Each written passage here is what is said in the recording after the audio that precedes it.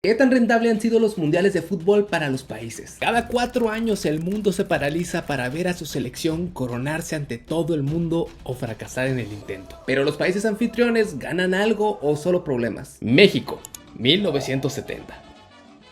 Quizá de los mundiales más importantes de la historia. México atravesaba el final del milagro mexicano, un periodo de rápido crecimiento y de estabilidad. Había confianza internacional en el país tras ser sede de los Juegos Olímpicos en 1968 y a pesar de lo sucedido en Tlatelolco. Aunque 1970 marcó el fin de esta bonanza económica. Fue un mundial relativamente austero. El presidente Díaz Ordaz no era fan de esos eventos masivos y México ya contaba con estadios adecuados, como el Estadio Azteca, inaugurado en 1966, donde veríamos a Pelé coronarse una vez más. Solo se hizo mejoras menores para los estadios. El Estadio Jalisco, la casa del Rey Pelé, donde jugó 8 partidos y construido en 1960, que recibió 50 millones de pesos para agregarle un segundo piso. El Estadio Nou Camp, terreno que fue donado a don Antonio Latota Carvajal por parte del gobierno municipal para construir el estadio en 1965. El Estadio Luis Gutiérrez Dosal, conocido después como el Nemesio 10, y el Estadio Cuauhtémoc, diseñado por el mismo que diseñó el Azteca. No hubo una construcción masiva de infraestructura nueva justamente para este evento, el gasto público fue mínimo y no se reportaron sobrecostos significativos, aunque no existen los datos exactamente. Fue el primer mundial televisado globalmente en vivo y a color, lo que incrementó la audiencia y exposición internacional de México. Gracias a Guillermo González Camarena, el mexicano inventor de esto, aprovechando la primera antena parabólica construido para los Juegos Olímpicos 2 años antes, fabricada en Japón. Ese mismo artefacto fue el que se usó para transmitir el mundial a todo color. Sin embargo, a pesar de recibir a 32 selecciones, el turismo internacional directo ligado a este evento fue limitado. Los viajes en masa de aficionados era poco común todavía para 1970. La derrama turística vino más por el turismo interno y por los equipos. La FIFA comenzaba a obtener ingresos crecientes, como en patrocinios o la televisión, pero en 1970 estos eran pequeños a escala nacional. La mayor parte de los ingresos generados permanecieron en la economía local. Incluso si revisamos las inversiones de infraestructura en México, durante unos años antes y después hubo crecimiento, pero nada significativo. Gracias a este mundial, este tipo de eventos empezaron a consolidar y verse como el gran evento que es ahora. Pero el mundial fue completamente rentable. En términos de costos, fue bajísimo. Los estadios han sido útiles durante décadas después. México marcó un antes y un después por la tele a color. El evento no era un fenómeno como lo es actualmente, por lo que los ingresos no fueron tan altos. No representaron una carga fiscal, pero sí dejaron un legado muy importante para México. México, 1986. Este fue todo lo contrario del primer mundial. México 86 ocurrió en medio de una crisis económica severa. México había anunciado que era incapaz de cumplir con sus obligaciones de la deuda externa, caída en el precio del petróleo. México estaba en plena década perdida, ya te conté de esa. Caídas del PIB, la inflación del más del 100% anual, el peso sufría devaluaciones constantes, el desempleo y pobreza habían aumentado, el sismo del 85, y México dijo jalísimo ser sede del mundial. Pero ojo, fue de último minuto. En 1983, después de que Colombia renunció porque no quería cumplir con estos gastos, ya que estaba en la crisis de la deuda latinoamericana. A pesar de todo esto y de una deuda más allá del 70% del PIB, México acepta ser sede sin miedo a la quiebra. Sorprendentemente, México logró organizar el mundial con un gasto público reducido, apoyándose en la iniciativa privada. El comité organizador estuvo controlado y financiado por Televisa, la mayor cadena televisiva, cuyo dueño, Emilio Azcárraga, fungió como presidente del comité. En lugar de construir estadios nuevos, salvo el Estadio Corregidora en Querétaro, construido por el gobierno, se alquilaron y renovaron ligeramente los 2 estadios existentes. Ciudad de México con el Estadio Azteca, Guadalajara con el Jalisco, Monterrey con el Universitario, Querétaro con la Corregidora, León con el Nou Camp, Puebla con el Cuauhtémoc, Irapuato con Sergio Leones Chávez, Toluca con el Nemesio 10 o Luis Dosal y Netzahualcóyotl con Nesa 86. No hay cifras oficiales públicas, pero se estima que el costo pudo haber sido entre 200 y 500 millones de dólares de esa época, en su mayoría cubiertos por patrocinadores y por Televisa. Cabe destacar que ni la FIFA ni el comité hicieron públicas las cifras por proteger la información de una empresa privada. Aún así, comparado con otros mundiales de la época, este mundial fue muy barato. Por ejemplo, Argentina en 1978 gastó 2.7 mil millones, mientras México reutilizó infraestructura previa. La FIFA reportó ingresos de 22.750 millones de pesos, considerablemente más que España de 1982, indicando un éxito financiero del evento para la FIFA. pero en sí las ganancias se las llevaron la FIFA y Televisa porque ellos pusieron el dinero. En turismo el impacto fue modesto. Eran aficionados de Europa y de Sudamérica, pero nada cercano a las cifras recientes, era otros tiempos. México recibió visitantes principalmente de países vecinos y algunos europeos, pero el turismo internacional en el 86 estaba deprimido por la percepción de crisis y el terremoto reciente. Aunque el país no tuvo tantos beneficios por este mundial, sí fue un respiro mediático para el país. Todos los estadios ya existían antes del 86, excepto el de Querétaro. Después del mundial se siguieron usando para los diferentes equipos de la Liga Mexicana, así que no hubo elefantes blancos que cubrir. México volvió a lucir su capacidad organizativa frente al mundo. Esto elevó el ánimo nacional en tiempos difíciles. La gente aún recuerda el 86 por la actuación destacada de la selección en cuartos de finales. Y México ya había visto coronarse a Pelé y ahora tocaba ver coronarse a Maradona. ¿Fue rentable para el país? Tablas. A pesar de estar en plena crisis, se pudo financiar, pero gracias al sector privado y consolidando Televisa. México 86 no fue el mayor negocio para el país, pero tampoco fue un desastre financiero. Corea del Sur y Japón 2002.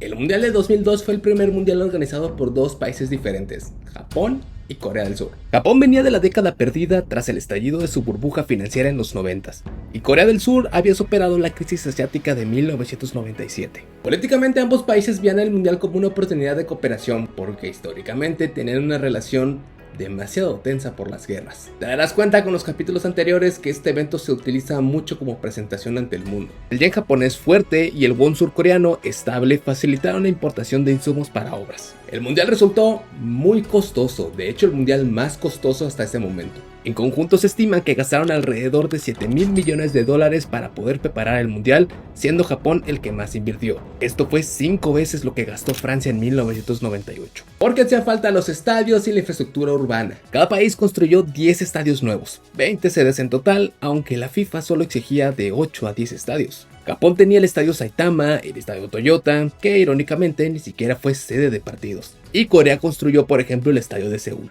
Japón mejoró carreteras y aeropuertos regionales. Corea aceleró proyectos como su tren bala KTX y modernizó aeropuertos. Hubo también inversión en telecomunicaciones y seguridad. Claro que hubieron sobrecostos. Por ejemplo, la cancha con césped removible del Domo Zapiro aumentó los costos. Y también empezando porque se construyeron 20 estadios. Aunque no hubo grandes escándalos de corrupción conocidos. Pero se inflaron los costos sin duplicar beneficios. Las expectativas eran altísimas, pero la realidad decepcionó. Japón habló de 26,000 a 30,000 millones en beneficios económicos. Corea estimó entre 5 a 15,000 millones y cientos de miles de empleos nuevos. Se esperaba entre 400,000 y 500,000 visitantes extranjeros a cada país, pero llegaron apenas 2/3 de esa cifra. Corea calculó 270,000 turistas extranjeros de 400,000 proyectados. Japón no dio cifras oficiales, pero las aerolíneas estimaron que no hubo un auge esperado. De hecho, grandes hoteles tuvieron ocupación del 10 al 20% menor que el año anterior en esas fechas. Porque su clientela habitual, personas de Corea, de Japón o de China, evitó viajar durante el mundial. Además que Tokio era la ciudad más cara del mundo en ese momento. La empresa encargada de los boletos lo hizo fatal. Declaró sold out muchos partidos mientras los estadios estaban vacíos y demasiada gente se quedó fuera del estadio sin ver el juego. Mucha gente prefirió verlo en casa. De hecho, las ventas en las televisiones en Japón aumentaron un 40%. Los gobiernos de Japón y Corea no obtuvieron ingresos directos significativos. Más bien renunciaron a algunos impuestos para facilitar el evento, una práctica usual que hacen los países durante este evento. Creó empleo temporal en construcción y servicios, pero gran parte desapareció tras el torneo. El Mundial del 2002 no generó el boom económico prometido. Fue hasta ese momento el Mundial con más déficit financiero, e incluso creó un descontento en ambos países porque venían de situaciones muy complicadas. Bueno, pero al menos se quedaron los estadios para un futuro como en el caso de México. Con 20 estadios nuevos, muchos se quedaron subutilizados. En Japón, solo 3 de las 10 ciudades tenían equipo en la liga de primera división, por lo que varios estadios prácticamente no tenían quien los usara regularmente. El Sapporo Dome hoy se usa para béisbol y ocasionalmente fútbol. En Corea del Sur la situación es similar, la asistencia promedio era apenas 1/3 de la capacidad de esos nuevos estadios. Por ejemplo, Saitama, el equipo local llena 1/3 del aforo en promedio. En ciudades sin tradición futbolera, los estadios son auténticos elefantes blancos costosos de mantener. No hundió a los países macroeconómicamente, pero muchos gobiernos locales de Japón se endeudaron para el evento. En Corea el gobierno central absorbió gran parte de los costos, aumentando un poco la deuda pública, pero manejable. El Mundial del 2002 fue económicamente costoso para Japón y Corea. Sí hubieron algunos beneficios, pero financieramente no fue negocio, por lo que este mundial no fue rentable. Alemania 2006.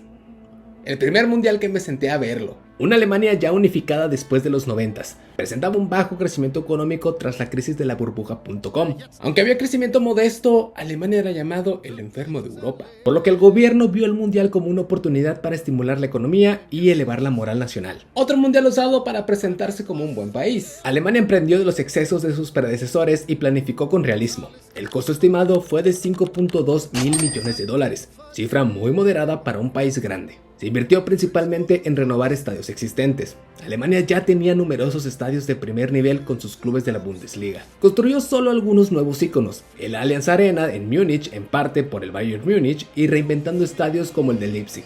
Y renovó otros 10 estadios como el Dortmund, el Stuttgart, el Hamburgo, etc. Alemania ya tenía infraestructura, ya contaba con transporte moderno. El enfoque fue en ampliaciones modestas, mejores en aeropuertos claves, señalización bilingüe, modernización en algunas estaciones de tren e inversión en seguridad.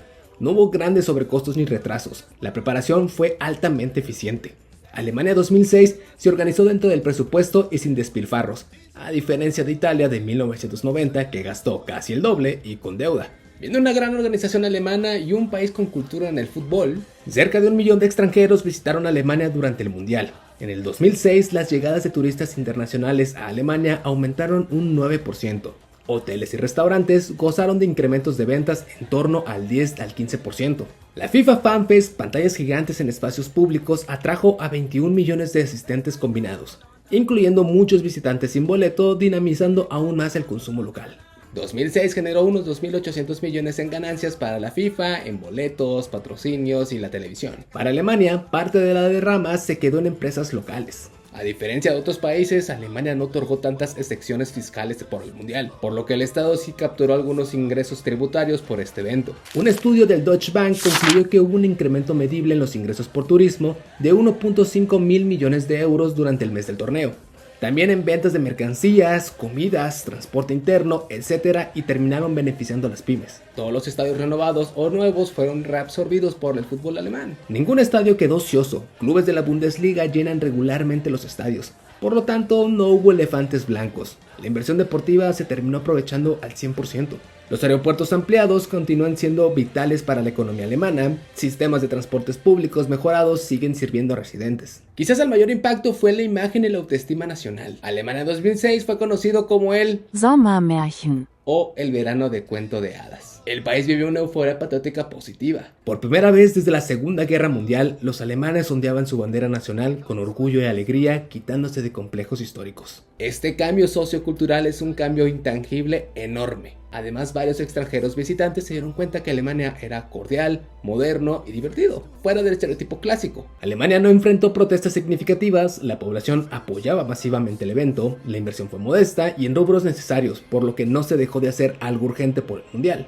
Aunque no se libraron de cosas turbias. Años después se investigó un posible pago encubierto de 6.7 millones de euros a la FIFA para asegurar la sede, lo que empañó un poco la imagen organizativa, pero esto no afectó a las finanzas estatales, sino fondos privados del comité y resultó en algo bueno para el país al final.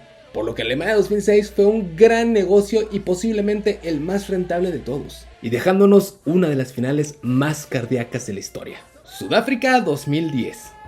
Este es mi mundial favorito de todos. Sudáfrica fue el primer anfitrión africano y organizó el mundial en un momento de optimismo y desafío. En el 2010 era la economía más grande de África, pero la gran recesión del 2008 lo afectó. El gobierno veía el mundial como una oportunidad de desarrollo e integración nacional, pero enfrentó críticas sobre prioridades en un país con serios problemas. Pero un fuerte sentimiento de orgullo africano impulsó el proyecto. Esto a pesar de los riesgos financieros, pero que al final sería uno de los mundiales más recordados de todos. Sudáfrica invirtió muy fuertemente para ponerse a la altura. El costo total estimado fue de 7.2 mil millones de dólares, una suma muy grande para su economía. De ese monto, cerca de 1.3 mil millones se destinaron a la construcción y renovación de 10 estadios. Sudáfrica edificó estadios impresionantes, el Soccer City, Moses Mabhida, Estadio Greenpoint y en otras ciudades medianas con menor costo, pero igualmente sumaron. Muchos estadios se hicieron desde cero con una arquitectura muy icónica y financiados por el gobierno nacional y municipal. Además, unos 2 mil millones se invirtieron en infraestructura de transporte. Se construyó el tren de Gautrain, mejoras en nuevas autopistas y sistemas de autobuses urbanos. Hubo sobrecostos notables. Cape Town Stadium, originalmente presupuestado, terminó costando mucho más allá de lo estimado. El Estadio Bombela y el Nelspruit tuvo escándalos de corrupción local. A diferencia de otros casos, Sudáfrica logró terminar todas las obras a tiempo. La presión de la FIFA y el compromiso político hicieron que cumplieran los plazos a costa de inyecciones extras de fondos. Gran parte se financió con recursos públicos y con préstamos de organismos como el Banco de Desarrollo Africano. La deuda pública subió algunos puntos de porcentaje del PIB, pero se mantuvo estable. En el 2010 arribaron 8.1 millones de turistas, un aumento del 15% respecto al 2009, estableciendo por fin un récord. El ministro de Turismo celebró estos fuertes incrementos tras una recesión global. Los sectores de restaurantes, transportes internos y comercio registraron ventas históricas en junio y julio del 2010. Sin embargo, Sudáfrica, como muchos anfitriones, otorgó excepciones fiscales a la FIFA.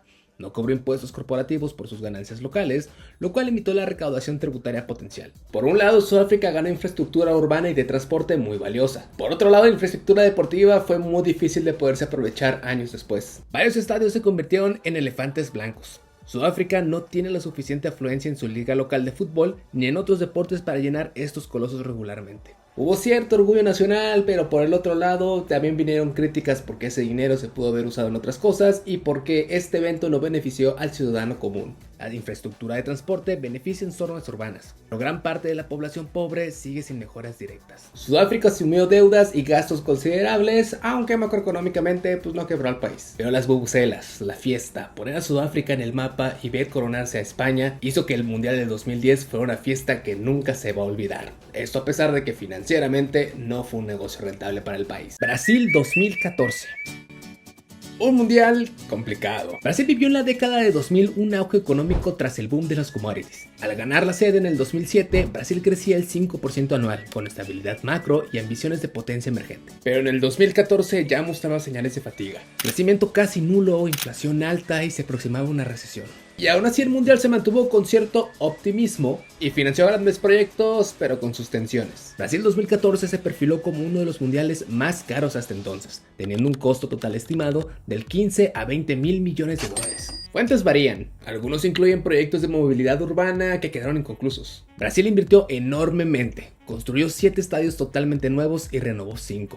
El costo conjunto de estadios fue alrededor de 3.6 mil millones, mucho más que Sudáfrica 2010 e incluso más que Alemania 2006 juntos. En Brasilia se sospechó de facturas ficticias que triplicaron costos, calificándolos de obras marcadas por corrupción, sobrecostos y derroche. La infraestructura de movilidad quedó muy corta con respecto a sus planes. Se habían prometido numerosas obras de transportes, pero o quedaron inconclusas o se entregaron tarde. No era penal, no era penal, no era penal. Brasil recibió cerca de 1 millón de turistas extranjeros durante el Mundial, superando por mucho las expectativas. Además de unos 3 millones de brasileños viajaron internamente a sedes generando derrama nacional. Bares, restaurantes, aerolíneas domésticas y aeropuertos tuvieron un pico de demanda. La FIFA organizó el FanFest en las 12 ciudades con millones de asistentes, beneficiando ventas ambulantes y de patrocinadores, aunque en algunas sedes se quejaron de exclusividad para patrocinadores oficiales, limitando a comerciantes locales. Un estudio de Moody's sugirió que el impacto neto del PIB fue cercano a cero. El gasto de visitantes y la inversión temporal fueron contrarrestados por el costo fiscal y desviación de otros gastos. Brasil también enfrentó el problema de los estadios costosos con un uso insuficiente. Varios estadios se convirtieron en elefantes blancos. 2014 fue una oportunidad para Brasil de presentarse como potencia emergente alegre y moderna. En cierto modo lo logró durante el evento, exceptuando la humillante derrota de 7-1 ante Alemania, que fue un golpe anímico para la nación. Sin embargo, la insatisfacción social solamente era el principio de sus problemas, porque el mundial no fue para nada rentable y todavía les hacía falta financiar los Juegos Olímpicos. Y al final, la albiceleste de Lionel Messi no pudo tener su final perfecto ganando el mundial en Brasil ante la dominante y aplastante Alemania que tantos años antes estuvo avisando que iban a ganar este mundial. Rusia 2018. Rusia organizó el mundial del 2018 en una situación muy compleja. Tras la anexión de Crimea en el 2014, enfrentó sanciones occidentales y caída del precio del petróleo, que llevaron a Rusia a una recesión en el 2015. En el 2018 la economía se recuperaba débilmente, con inflación controlada, pero con el rublo depreciado. Rusia decidió sostener la inversión en el mundial pese a las dificultades, viéndolo como una oportunidad de reactivar regiones rezagadas y mejorar su imagen externa. El rublo depreciado abarató algunos costos locales en dólares, pero también encareció importaciones para las obras. El gobierno ruso declaró oficialmente un gasto total de 11.95 mil millones de dólares. 60% fue cubierto por presupuesto federal, 10% por gobiernos regionales y 30% por inversión privada. La inversión se destinó fundamentalmente a la construcción o remodelación de 2 estadios: el Luzhniki en Moscú, el Krepstovsky en San Petersburgo, arenas modernas en Sochi, Kazán, Samara, Rostov, etc. Además de 3 hospitales, 96 campos de entrenamiento, 11 aeropuertos, 3 estaciones de tren y 2 autopistas, que además se construyeron 27 hoteles de nueva planta. Hubo acusaciones de corrupción, empresas de amigos del presidente ganaron contratos multimillonarios. Se gastó en sistemas de identificación de fanáticos creando el Fan ID, cámaras apoyadas en el aparato de seguridad ruso, sin mayores problemas de orden durante el torneo.